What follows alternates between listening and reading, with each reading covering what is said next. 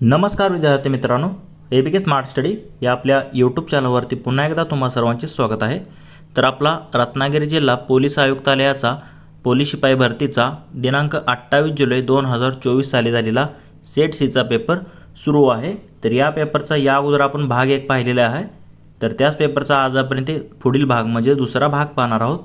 तर या भाग 2 मध्ये आपण त्याचे पुढचे महत्त्वाचे 25 प्रश्न स्पष्टीकरणासहित पाहणार आहोत। त्यामुळे तुम्ही हा व्हिडिओ पूर्ण बघा व तुमच्या मित्रांना देखील शेअर करा।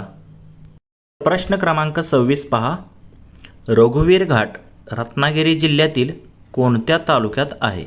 तर बघा, रघुवीर घाट जो आहे तर तो रत्नागिरी जिल्ह्यात आहे आणि खेड तालुक्यातून तो साताराला जोडतो। म्हणजे रत्नागिरी जिल्ह्याला साताराला जोडण्याचे काम कोण करतो? रघुवीर घाट करतो। म्हणजे तो खेड या तालुक्यात आहे रत्नागिरी जिल्ह्यातील। बघा, आता ज्या जिल्ह्याचा पेपर आहे त्या जिल्ह्यातील तुम्हाला इतिहास भूगोल म्हणजे कोणते घाट आहेत तसेच त्या जिल्ह्याचा इतिहास देखील माहीत असणं गरजेचं आहे, कारण त्यावरती 1 ते 2 प्रश्न असे विचारले जातात।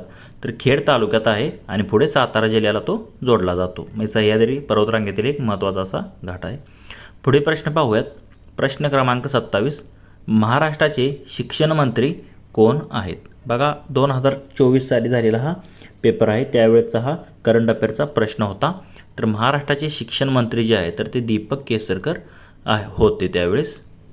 सध्या जर पाहिलं तुम्ही तर दादा भुसे जे आहेत तर ते सध्याला शिक्षण मंत्री आहेत, त्यावेळेस दीपक केसरकर होते। पुढे प्रश्न पाहूयात।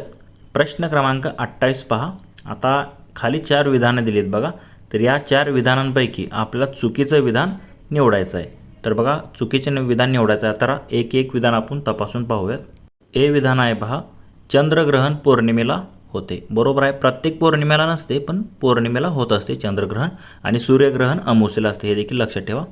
सूर्य, पृथ्वी व चंद्र हे एका सरळ रेषेत आल्यास चंद्रग्रहण होते। बरोबर आहे, पृथ्वीची सावली चंद्रावर पडते त्यामुळे ग्रहण होते चंद्रग्रहण, हे देखील बरोबर आहे। आणि एका सरळ रेषेत म्हणजे चंद्र आणि सूर्य यांच्यामध्ये पृथ्वी असते तेव्हा, म्हणजे हे विधान ब देखील योग्य आहे।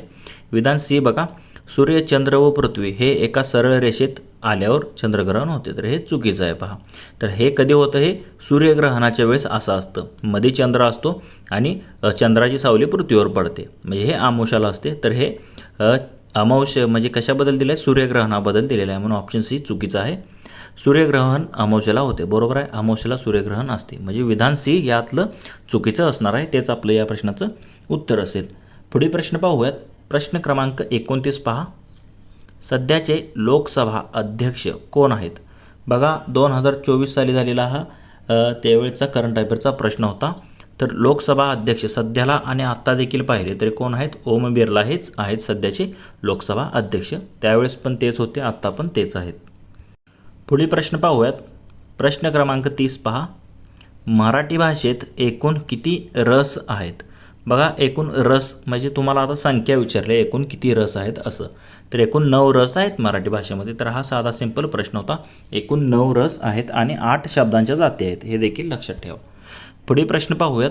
प्रश्न क्रमांक 31, रत्नागिरी जिल्ह्यामध्ये कड्यावरचा गणपती कोणत्या ठिकाणी आहे? मी आत्ताच सांगितलं, ज्या जिल्ह्याचा पेपर देत आहे त्या जिल्ह्याची खडानखडा माहिती असणे गरजेचं आहे। बघा, रत्नागिरी जिल्ह्यामध्ये कड्यावरचा गणपती जो आहे तर तो अंजर्ले या ठिकाणी आहे। कुठे आहे? अंजर्ले या ठिकाणी कड्यावरचा गणपती आहे। ऑप्शन डी या प्रश्नाचं उत्तर असणार आहे। गणपतीपुळे देखील गणपती आहे, पण कड्यावरचा गणपती असा म्हणून प्रसिद्ध असलेला गणपती कुठे आहे? तर तो अंजर्ले या ठिकाणी आहे। Option D. पुढे प्रश्न पाहूयात। प्रश्न क्रमांक 32 पहा, संख्या विशेषणांचे एकूण किती प्रकार आहेत? तर एकूण संख्या विशेषण जर पाहिले तर एकूण किती आहेत? तर 5 संख्या विशेषणे आहेत। तर बघा, कोणकोणते विशेषण आहेत? गणनावाचक संख्या विशेषण। तर आता गणनावाचक याचे 3 प्रकार पडतात, पूर्णांकवाचक, अपूर्णांकवाचक आणि साफल्यवाचक। यामध्ये 5, 10, 100 असे जे अंक सरळ आपण लिहितो तर त्याला आपण काय म्हणतो? पूर्णांकवाचक। अपूर्णांकमध्ये अर्धा, पाव, सव्वा असे येतात, आणि साकल्यवाचक यामध्ये 5 ही दोन्ही असे शब्द वापरतात।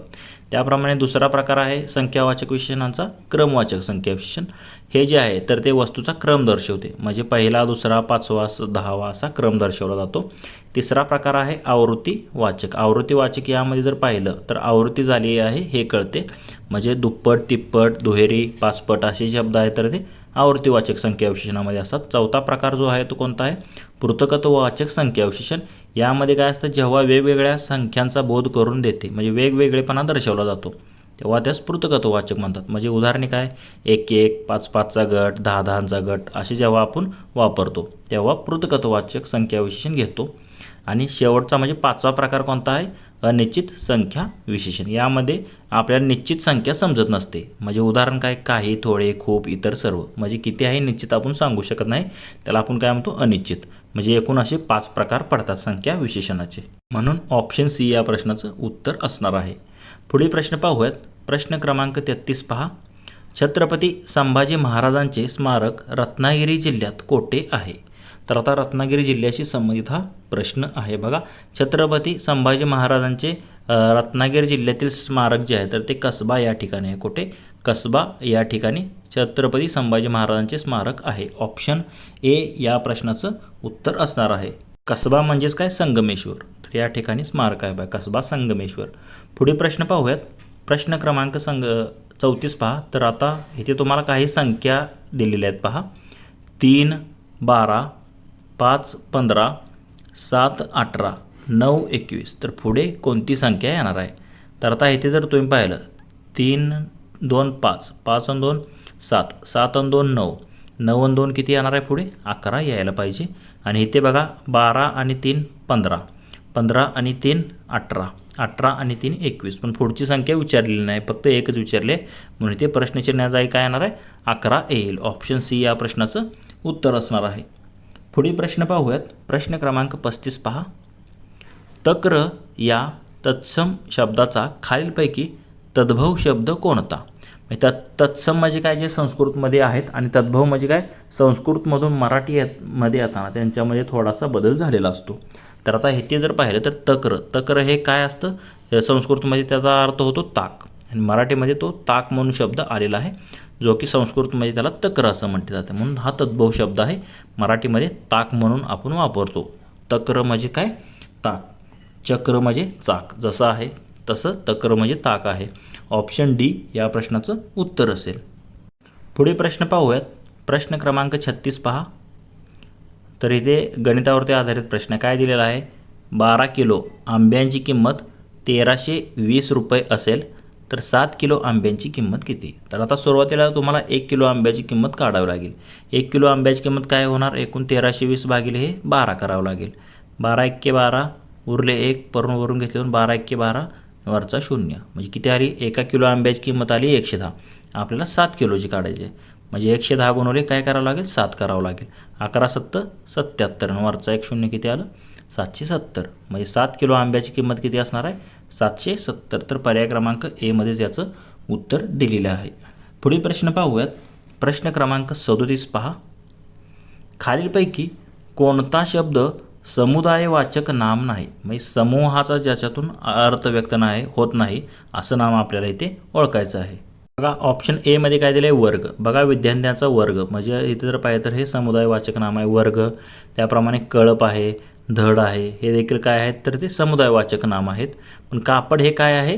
एक विशेष नाम आहे किंवा सामान्य नाम आहे बघा, पण ते समुदायवाचक नाम नाही. कोण? कापड हे समुदायवाचक नाम नाही. म्हणून ऑप्शन डी या प्रश्नाचं उत्तर असणार आहे. पुढील प्रश्न पाहूयात. प्रश्न क्रमांक 38 पहा. काय दिलेलं आहे? एका संख्येचा 1 अष्टमांश त्याच संख्येमध्ये 5 मिसळले असता उत्तर 11 येते तर ती संख्या कोणती? म्हणजे एका संख्येचा 1 अष्टमांश त्याच संख्येमध्ये 5 मिळवले असता उत्तर 11 येते. आता एक संख्या काय मानूया? x मानूया. त्या संख्येचा 1 अष्टमांश यामध्ये त्या संख्येच्या 1 अष्टमांशमध्ये म्हणजे त्याचं किती झालं? x/8 झालं. 1 अष्टमांश त्याच्यामध्ये 5 मिळवले म्हणजे अधिक 5 तर उत्तर काय येते? 11 येते. तर यावरून आपल्याला xची किंमत काढायची आहे. तर आता हे अधिक 5 आहे, तिकडे जाऊन काय होणार? वजा 5 होणार. म्हणजे हे 1/8 बरोबर काय होणार? 11मधून 5 गेले किती राहिले? 6 राहिले. मग x बरोबर काय होणार? हे 8 इकडे गुणाकारात जाईल. 8 गुणवले 6 होईल. 6 8 किती? 48. म्हणजे काय येणार? xची संख्या काय आहे? xची किंमत काढायची होती तर ती संख्या कोणती असणार आहे? 48 असेल. तर बघा 48 हे पर्याय क्रमांक सी मध्ये दिलेला आहे. पुढील प्रश्न पाहूयात. प्रश्न क्रमांक 39. सध्याचे केंद्रीय मुख्य निवडणूक आयुक्त कोण आहेत? तर बघा 2024चा हा करंट अफेअरचा प्रश्न होता. तर त्यावेळी जर पाहिलं तर राजीव कुमार जे आहेत तर ते मुख्य निवडणूक आयुक्त होते. तर सध्याला कोण आहेत तर ज्ञानेश कुमार हे जे आहेत तर ते सध्याला केंद्रीय मुख्य निवडणूक आयुक्त आहेत. त्यावेळी जे आहेत तर ते राजीव कुमार होते. तर सध्याला 26वे जे मुख्य निवडणूक आयुक्त आहेत ज्ञानेश कुमार ते 2025पासून 19 फेब्रुवारी 2025पासून त्यांची नियुक्ती करण्यात आलेली आहे. तर हा 2024चा प्रश्न होता. राजीव कुमार त्यावेळेस होते. पुढील प्रश्न पाहूयात. प्रश्न क्रमांक 40 पहा. खालीलपैकी कोणता सोशल मीडिया प्लॅटफॉर्म म्हणजेच मेटा या कंपनीचा नाही? म्हणजे मेटा कंपनीचा सोशल मीडिया प्लॅटफॉर्म नसलेला शब्द म्हणजे कोणता आहे? खालील 4 पर्यायापैकी आपल्याला ओळखायचं आहे. बघा फेसबुक हे मेटाचं आहे, त्याप्रमाणे इंस्टाग्राम पण मेटाचं आहे, व्हॉट्सअप पण मेटाचं आहे. पण टेलिग्राम मेटाचं आहे का? नाही. मी टेलिग्राम सोडून बाकी जर पाहिलं फेसबुक, इंस्टाग्राम, व्हॉट्सअप हे मेटा या कंपनीचे आहेत. तर टेलिग्राम नाही, म्हणून ऑप्शन सी या प्रश्नाचं उत्तर असेल. तर याचे जे संस्थापक आहेत पॉवेल आणि निकोलाव तुरोव्ह हे दोघे रशियाचे आहेत, पण ही रशियन कंपनी नाही बघा. तर टेलिग्राम जे आहे तर ती मेटा या कंपनीचं नाही, म्हणून ऑप्शन सी या प्रश्नाचं उत्तर असणार आहे. पुढील प्रश्न पाहूयात. प्रश्न क्रमांक 41. खालीलपैकी कोणत्या नामांची अनेक वचने होतात? तर आता इथे जर पाहिलं तर विशेष नामांची अनेक वचने होतात का? नाही. म्हणजे विशेष नाम एखाद्या व्यक्तीला किंवा वस्तूला दिलेलं नाव असतं बघा, तर त्याचं अनेक वचन होत नसतं, म्हणून ए तर ऑप्शन असणार नाही. त्याप्रमाणे भाववाचक नामाचं देखील अनेक वचन होत नसतं. पण सामान्य नाम तुम्ही जर पाहिलं नदी, एक नदी, अनेक नद्या. तर इथे जर पाहिलं एक पर्वत, अनेक पर्वत, म्हणजे हे जर विशेष म्हणजे सामान्य नामाचं काय होतं अनेक वचनात रूपांतर होतं, पण विशेष नाम आणि भाववाचक नामाचं होत नसतं, म्हणून ऑप्शन सी सामान्य नाम या प्रश्नाचं उत्तर असणार आहे. पुढील प्रश्न पाहूयात. प्रश्न क्रमांक 42 पहा. भाऊ व बहीण यांचे वयाचे गुणोत्तर 6:5 असेल, बहिणीचे वय जर 40 असेल तर भावाचे वय किती? बघा 6/5 हे भाऊ आणि बहिणीचं गुणोत्तर आहे. त्यातलं बहिणीचं वय आपल्याला दिले 40. जर समजा हे जर एक्स प्रमाणात मानलं, भावाचं 5x आणि भावाचं 6x बहिणीचं 5x होईल. तर आता बहिणीचं वय दिले 5x बरोबर 40. मग x बरोबर काय होणार? हे 40ला 5 भागाकार झाले, मग x बरोबर काय होईल? 5×8 = 40. x बरोबर 8 आलं. भावाचं वय काय? 6x, 6 गुणवले 8, 8 संग किती? 48. म्हणजे भावाचं वय किती असणार आहे? 48 आणि बहिणीचं वय 40 असेल तर भावाचं वय 48 असेल, ऑप्शन डी. तसेच मित्रांनो, तुम्हाला जर या पेपरची PDF देखील हवी असेल तर आपले टेलिग्राम चॅनलसुद्धा आहे, त्याची लिंक तुम्हाला या व्हिडिओच्या खाली भेटून जाईल. तिथे तुम्ही याची PDF फ्रीमध्ये मिळवू शकता. तर पुढील प्रश्न आहे प्रश्न क्रमांक 43 पहा. खालीपैकी कोणत्या संस्थेने भारतीय बनावटीचे म्हणजेच ASTRA नावाचे क्षेपणास्त्र बनवलेले आहे? म्हणजे कोणती कंपनी आहे तिने अस्त्र नावाचे क्षेपणास्त्र बनवलेलं आहे? तर कोणती कंपनी आहे आपली भारताची? डिफेन्स रिसर्च डेव्हलपमेंट ऑर्गनायझेशन, DRDOद्वारे हे विकसित केलेलं आहे अस्त्र हे क्षेपणास्त्र. ऑप्शन सी या प्रश्नाचं उत्तर असणार आहे. पुढील प्रश्न पाहूयात. प्रश्न क्रमांक 44. बघा काय दिलेलं आहे. सचिन रांगेत उजवीकडून 13वा आहे आणि व सचिनच्या डावीकडे 19वा मुकेश आहे. जर मुकेश हा मध्यावर उभा असेल तर रांगेत एकूण किती मुले आहेत? बघा आपल्याला अगोदर इथे काय दिलेलं आहे तर सचिन रांगेत उजवीकडून 13वा. समजा इथे जर सचिन असेल त्याचा उजवीकडून 13वा नंबर आहे, मग त्याच्या उजव्या साईडला किती? 12 मुले असतील आणि तो 13वा असेल. त्याप्रमाणे पुढे काय दिले? सचिनच्या डावीकडे 19वा मुकेश आहे. मग इकडून जर 19 गेलं, मग इकडून एकूण 18 मुले सोडली तर 19वा कोण आहे? तर तो मुकेश आहे. आणि मुकेश काय आहे? मध्ये दिलेला आहे. बघा हा जर मध्ये असेल तर त्याच्या उजवीला 18, 12, 30 आणि 1 31 झाले. किती झाले? हे 31 झाले. म्हणजे त्याच्या उजवीकडे 31 असतील तर डावीकडे सुद्धा किती असणार आहेत? 31 असणार आहेत. 31 आणि 31 किती झाले? 62. आणि तो एक किती झाला? 63. म्हणजे इकडे डावीकडे 31 आणि उजवीकडे 31. हे 31, 31, 62 तो मध्ये असलेला एक 63. म्हणजे एकूण किती रांगेत मुले असणार आहेत? 63 असणार आहेत. ऑप्शन सी या प्रश्नाचं उत्तर असेल. पुढील प्रश्न पाहूया. प्रश्न क्रमांक 45 पहा. काट्याचा नायटा करणे या म्हणीचा खालीपैकी कोणता अर्थ होत नाही? बघा एखादी क्षुल्लक कारणाचं मोठं कारण करणे. म्हणजे इथे जर समजा एखादा छोटासा गांडूळ निघाला तर खाली तो म्हणजे काही दिवसांनी बातमी पसरते की मोठा साप निघाला, म्हणजे काय काट्याचा नायटा झाला असं आपण म्हणतो. म्हणजे काय खोटी बातमी म्हणजे मोठी बातमी पसरणे, म्हणजे पराचा कावळा करणे, त्याप्रमाणे राईचा पर्वत करणे किंवा क्षुल्लक गोष्टीचा आत्ताच मी सांगितलं विपर्यास करणे, हे त्याचे अर्थ आहेत. पण काट्याने नायनाट करणे असं काही याचा अर्थ होत नाही. म्हणून ऑप्शन डी या प्रश्नाचं उत्तर असेल. अर्थ नसलेला पर्याय ऑप्शन डी. पुढे प्रश्न पाहूयात. प्रश्न क्रमांक 46 पहा. मराठीतील काव्यात दिसणारा ओज या रसरोषक गुण खालीलपैकी कोणत्या रसाच्या निष्पत्तीला अनुकूल आहे? तर बघा, ओस हा जो रसरोषक गुण आहे तर तो वरीलपैकी पाहिलं वीर रसामध्ये असतो, रौद्र आणि भयानक तिन्हीमध्ये देखील जो आहे तर तो निष्पत्तीला अनुकूल आहे. म्हणून वरीलपैकी सर्व या प्रश्नाचं उत्तर असणार आहे ऑप्शन डी. पुढील प्रश्न पाहूयात. प्रश्न क्रमांक 47 पहा.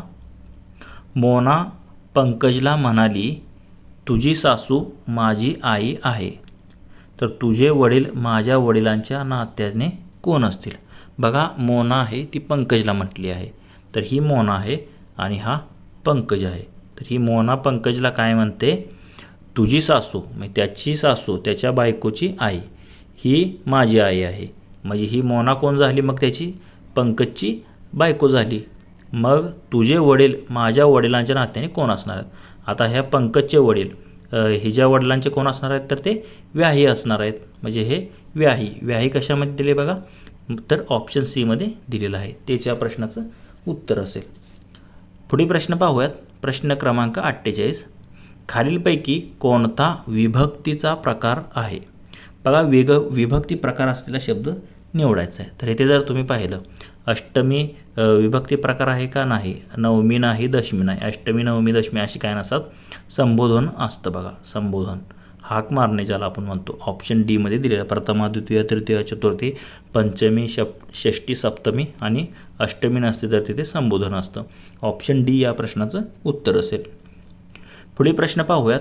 प्रश्न क्रमांक 49 पहा.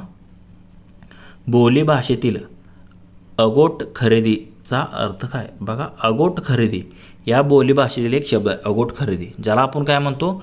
पावसाळ्यापूर्वी मसाले व तत्सम पदार्थ खरेदी करणे, त्याला अगोट खरेदी असे म्हटले जाते. मी आपल्या बोलीभाषेतील हा शब्द आहे. अगोट खरेदी म्हणजे काय? पावसाळा सुरू होण्यापूर्वी मसाले व त्याच्यासारखे इतर पदार्थ खरेदी करणे, त्याला अगोट खरेदी असे म्हटले जाते. म्हणजे ऑप्शन ए या प्रश्नाचं उत्तर असेल. पुढील प्रश्न पाहूयात. प्रश्न क्रमांक 50 पहा. ताशी 96 किलोमीटर वेगाने धावणारी रेल्वे एका खांबास 18 सेकंदात ओलांडते, तर त्या गाडीचा लांबी किती? बघा, आता लांबी म्हणजेच काय? डिस्टन्स आपल्याला विचारले. डिस्टन्स बरोबर काय असतं? स्पीड इंटू टाईम असतं. वेग गुणुले वेळ असतं. वेग दिलेला आहे आपल्याला इथे 96. आता हे किलोमीटर प्रति तास आहे, म्हणून त्याला आपण 5/18 गुणूया. किती? 5/18 हे मीटर पर सेकंद आलं. आणि खांबास किती सेकंदात ओलांडते? 18 सेकंदात, म्हणजे गुणुले हे 18 आलं. वेग गुणुले वेळ, तर 18ला 18 कट होईल, राहील काय? 96 गुणुले 5. 100 5 500, 4 5 20. 500मधून 20 गेले किती राहिले? 480. म्हणजे या प्रश्नाचं उत्तर काय असणार आहे? तर त्या गाडीची लांबी किती असणार आहे? 480 मीटर, जे की ऑप्शन तुम्हाला पर्याय क्रमांक ए मध्ये दिसत आहे. 480 मीटर या गाडीची लांबी असणार आहे. तर मित्रांनो, आपला रत्नागिरी जिल्हा पोलीस शिपाई भरतीचा दिनांक 28 जुलै 2024 साली झालेला सेट सीचा पेपर सुरू आहे. तर या पेपरचा आज आपण इथे दुसरा भाग पाहिलेला आहे. तर या भाग 2मध्ये आपण त्याचे महत्त्वाचे असे 25 प्रश्न स्पष्टीकरणासहित पाहिलेले आहेत. तर तुम्हाला या प्रश्नांमध्ये कोणती शंका वाटत असेल तर कमेंट करून नक्की कळवा.